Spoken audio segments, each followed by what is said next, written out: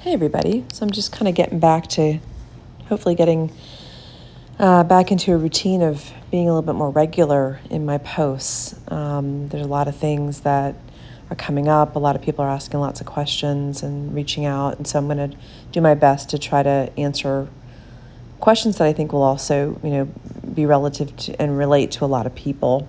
One of the big questions that I've answered many times in different posts, but at this point, I think there's, I don't even know, like 200 and some odd videos on there. So it's hard to figure out, like, okay, go back and look at this one. Like, I don't even remember when I said certain things. So I think there are certain things that are worth repeating many, many times. I don't think we can hear it enough, actually. But one of the questions I've heard a lot with clients I'm working with and people that I talk to is just this, this confusion about why they're afraid of everything. They're suddenly just afraid of everything. I've worked with Navy SEALs that are like on their knees, saying I went through hell and as a Navy SEAL in training and I can't get through this. Or, I was afraid of nothing and now I'm afraid of everything.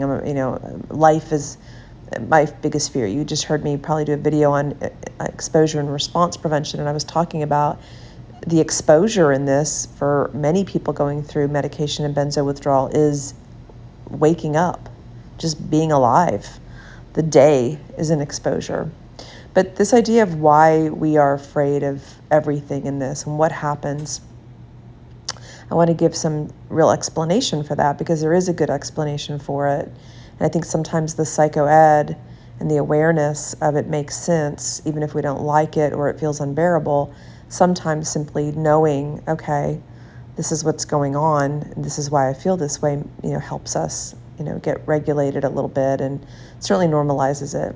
So, one of the key pieces, I think, of our nervous system that gets truly impacted in a complicated, either an adverse reaction to the medication or a complicated discontinuation from it, is our limbic system. And remember, our limbic system is this very kind of primitive part of our brain. It's the middle brain, and it's the seat of our kind of emotion, and a lot of our memory is stored there. Emotional memories are stored there, as well as it's our threat response system. This is where you've probably heard of the amygdala. The amygdala is like our little fire alarm that sends off all kinds of whooshes of adrenaline, and ultimately cortisol starts the whole process of developing cortisol as a result of these, stressors and things in our lives. So we all know what adrenaline rushes feel like, but what happens to a lot of people in benzo and med withdrawal is we stay in a more kind of chronic state of fight, flight, freeze, or fawn. So rather than this thing that we enter and get out of, our lever gets kind of stuck in that position, and we're in a state of hyper-arousal of that limbic system. And as we stay in that kind of chronic state of hyper-arousal, we are, when I say we're wildly uncomfortable, that is, there aren't any words. I feel like sometimes even doing these videos, I'm betraying everybody because I'm trying to put a process and an experience into words that just don't make any sense. But again, as we're having this amygdala misfiring due to being in this chronic state of arousal, we have this fire alarm that's just sounding constantly and sending us all kinds of misfires in our body.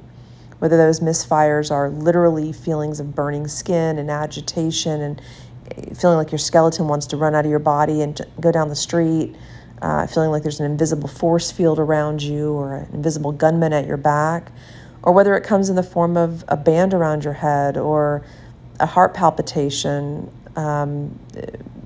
feeling floaty and boaty, dizzy, nauseous, pain of all kinds of sorts come up in this.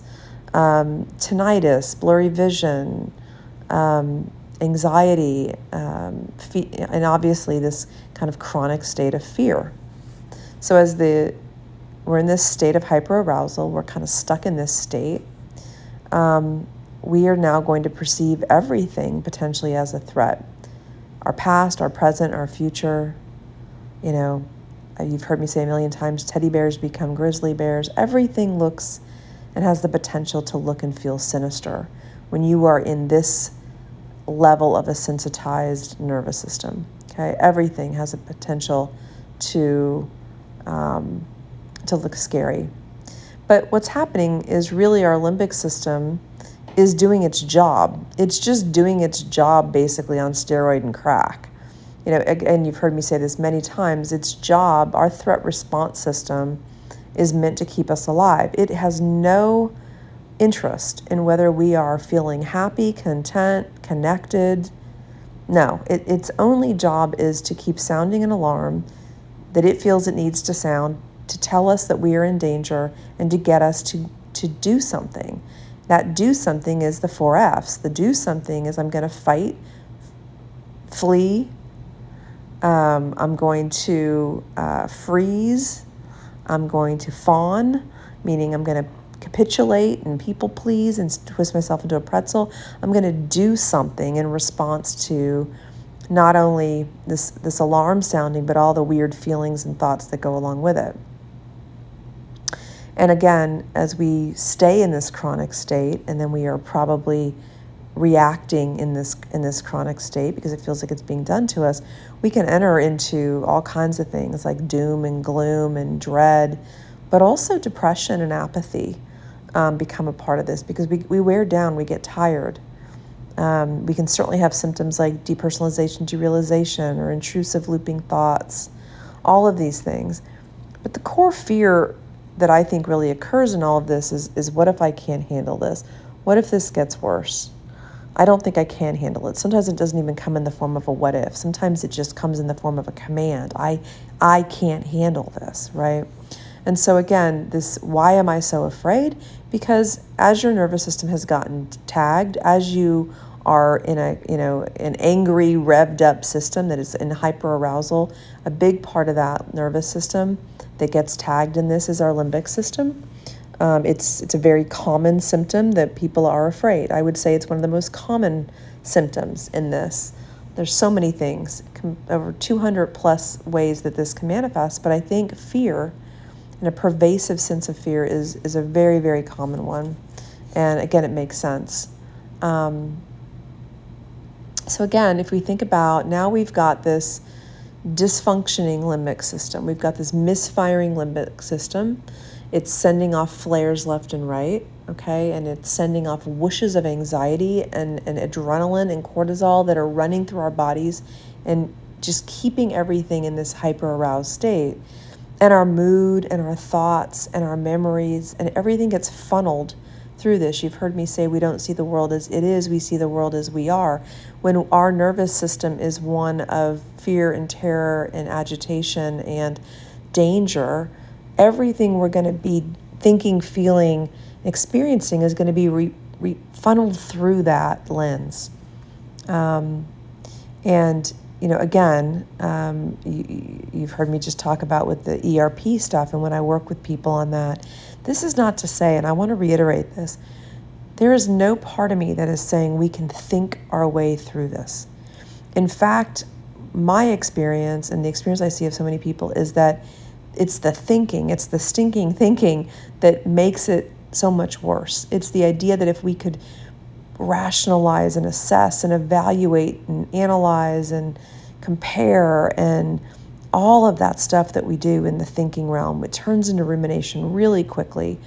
And if we could think our way out of this, guys, we would have done this a long time ago. This is not a thinking issue in the terms of that's how we're going to get out of this, okay? I do rely on mindset and behaviors, and I talk a lot about that, but that is very, very different than we can think our way out of this. And you've heard me talk about getting good at feeling bad, surrendering, and allowing things to be there so that we're not adding this kind of second layer of fear to our experience, or this third layer of fear, or fourth layer of fear, fifth layer, these narratives of I can't handle this, I can't handle this. The bell is going to continue to ring. Our bell has been rung, and the bell will continue to ring until it doesn't. And so we work to replace, we work to add in an acceptance of this through the expectation of it. Rather than getting up and being shocked by how you feel and then getting, pummeled into a corner by it. We wake up with the expectation of, yep, I fully expected that. I've got this situation, I've got this problem, I know I've got this nervous system issue right now, and I fully expect that I'm going to potentially feel all kinds of things for a while. And again, I wish I knew what a while was. It's different for each one of us. But, again, why am I afraid of everything?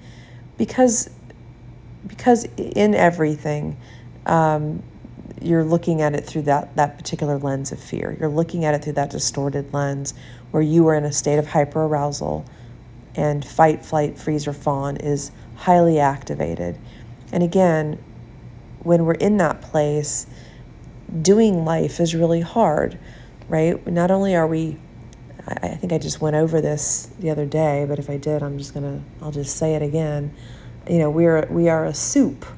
We are a very complicated soup of neurochemistry and neurotransmitters and hormones and all kinds of things.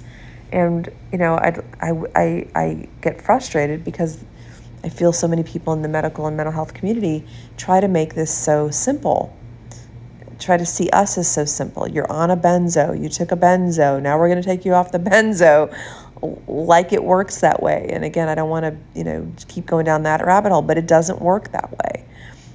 When your limbic system is misfiring, when your limbic system is in a state of hyperarousal, and you're kind of stuck in that fight, flight, freeze, fawn response, we have to then, number one, honor and normalize that we're there so that we can begin to think about, okay, how do I not make this worse?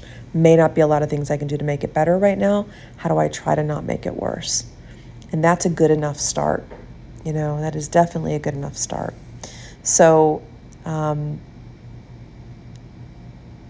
thinking about, and I guess I'll just say one last thing, and I feel like I always talk about this same example, but again, if the amygdala, which is a main part of our limbic system, is the fire alarm and it's sounding, there's nothing we can do about that, okay? But imagine, like I said, if you're in an apartment and you get that email from that complex that says we're going to be sounding the fire alarms between 3 and 5. It is still going to be really hard for you to work. It's going to be hard for you to function, talk on the phone, be in the apartment while that's going on. But what you're probably not going to do is have it go off and go running out of the house with all your clothes, right? Thinking there's a fire. Unfortunately, what we tend to do in this, because we feel like we're on fire, literally, physically, mentally, cognitively, behavior, we feel like we're lit on fire. And even though we've heard, yes, this is a nervous system struggle, we still tend to want to grab our clothes and run for the hills. In part because I think we're also left with a lot of uncertainty about how long this fire alarm is going to be going off, right? If we know it's only 2 hours, most of us can plug our ears and get through 2 hours. Somebody's like, it could last 2 hours, could last 2 years, could last 4 years, could last 4 months. It's a very different ask. I believe this is probably the hardest thing somebody has to go through. I really do believe that. And I believe that because not only is the distress so high, the uncertainty is so high, the lack of control is so high, the vulnerability is so high. So you have factors that in a person, in any situation, is going to create a lot of distress for somebody, a lot of anxiety, a lot of fear. And we've got those things going in spades. And again, when we know, hey, you're going to feel bad for this period of time, that may not be good news, but at least we have something that we can kind of hang on to, rather than just being on this hamster wheel of, another day, and how much longer. So what do we do with all this fear? Well, number one, I don't think there is much we can do about it. When you have a nervous system that's kind of glitching out and a limbic system that's hyper-aroused, it's going to do what a hyper-aroused nervous system does. It's going to throw shade. It's going to throw adrenaline and cortisol. And again, you've heard me say, it's throwing these things on a tin can of a system, right? So again, you've heard me use that metaphor or analogy, I can never remember what they are, that if I'm standing above a bed, a foot above a bed, and I drop a quarter on a big fluffy mattress, you might hear a little when it hits. I take that same quarter and I drop it into an empty tin can, and it makes a horrible racket. The stimulus is not any different. The quarter is the same. It's the same distance from the bed to into the can. It's the receptacle. When our nervous system is lit up, when it's raw, sensitized, it's like dropping a quarter on a tin can. So when we have hormone fluctuations, those of us that are going through perimenopause and menopause or puberty or pregnancy or, and not just even that, just living life as a dynamic, evolving, changing human being where none of these neurotransmitters, none of these hormones are staying still. None of this is static. So as these things happen in our bodies, which there's always something happening in our body. We're hungry, we're tired, we're sick, we have a virus, we have bacteria, we have, we're always, there's a lot going on in there. But our nervous system, which is again our electrical thumbprint, runs the whole show, is our entire electrical grid, is raw, sensitized, and angry. Everything that hits it that would be like a normal fluctuation, a normal change, is going to hit it with a different volume. And it's really a volume issue in many ways. And then the volume that comes out in the form of symptoms scares the hell out of us. So now not only do we have a limbic system that's going to be sending us adrenaline, cortisol, and telling us danger, danger, danger, we are going to be more prone to telling ourselves a very scary story about this because we don't have a lot of feel-good hormones and feel-good neurochemistry to balance ourselves out. To say, okay, wait a second, okay, this is really uncomfortable. Let me give this a little bit of time. No, we're not operating with that neurochemistry. So we have to pivot, and we have to find ways to pivot. And you'll hear me talk about that very faint line between you and your symptoms that gets collapsed, and it's very hard to even imagine there is a line between you and your symptoms. But that's the job of, hopefully somebody you're working with, or finding that little bit of space so that, again, you can kind of get your foot in a little crevice to be able to pull yourself up and begin to get some perspective on this. And so when I'm talking about things like ERP or how to heal from this or how to move through this or how to not make it worse, I'm not talking about, hey, it's your fault, or hey, if you would just think differently. I know that you can't think differently in this, and there's very good physiological reasons why that is the case. But what we're working on is actually getting even broader than thought. We're getting into belief. And when we get into belief and we really begin to build something there, a belief system about, I can handle really hard things. I know I'm going to be okay someday. Today might not be that day. All of these things are belief systems. They begin to shift everything, and then everything begins to get funneled through that new belief system. But again, we're working against, evolution gone wild. Very, very challenging to shift something as important and as big as a belief system. And yet I believe we have to begin to work on that. So I'm not against forums and things like that as in terms of how you use the forums. There's some really wonderful forums out there with a lot of support, and they do a lot of work on helping use the psychoed to educate people, but also then to say, let's not just sit in this and talk about our symptoms 24/7, because again, in life in general, anything we feed grows, and so forums I think can be very helpful to normalize so that you're not so alone, to remind us what's going on. But when they start to take on the form of just another place to just constantly talk about symptoms, we have to think about that. I've had people reach out to me and ask about things like the Gupta program and the DNRS. And about a year and a half ago, I went ahead and bought the program so that I could go through them, so I could answer these questions honestly about what do they offer. Now, DNRS is a dynamic neural retraining system. Part of what they're talking about, if you read the Gupta or the DNRS, is they're talking about a limbic system that's in a state of hyper-arousal, just like what we're talking about in this.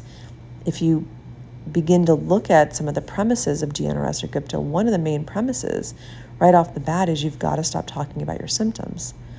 Now, I have a little bit of a different opinion about that because I think that we end up in medical no man's land and in this terrifying place. I do think we have to have places, again, whether it's a coach or a therapist or a trusted friend or family member that's not burning out with us, to be able to say, oh my gosh, I'm at a level 10 out of 10 today. And at a 10 out of 10, it's hard to remember to do anything, let alone think about mindsets or think about beliefs. When we're at a 2 out of 10, yeah, we have more wiggle room. We can play with that a little bit more. But a lot of times we're not at a 2 out of 10. A lot of times most people I'm talking to are much, much higher on that pain scale and distress scale. And when they're much higher, they're more suggestible. Their confidence is more shot. They are more symptomatic for sure. And then oftentimes the stories they're telling themselves about the symptoms are much more catastrophic. And again, a lot of this is to be expected. I want people to expect it so that they can accept it, because that's where we begin to kind of make some shifts. So why am I so afraid? Because a very important part of your nervous system is highly impacted by this. It's a threat response system, the limbic system, the amygdala, evolution gone wild. You against evolution. It's a hard thing. This is a hard sell. But I firmly believe we come through this. And like I said, I also get a lot of pushback on this, but I firmly believe that there are some things that we can do along the way that make this not worse, might not make it better in the short run, but in the long game do make it better. And I do think those things are important. And again, if you have questions about that, you can email me and I'm happy to work with you. I'm happy to explain why I believe that. It's not just, hey, I implemented these things and I'm fine. That is not the trajectory that I was on, by the way, at all. However, I have now spent 4.5 years pretty much day in, day out, doing nothing really much more than studying the nervous system and studying the various ways in which nervous system dysfunction, limbic arousal, what it looks like, what it feels like, how we get stuck, and how we can work to get a little bit unstuck. Anyway, I hope this was helpful, guys. Take care.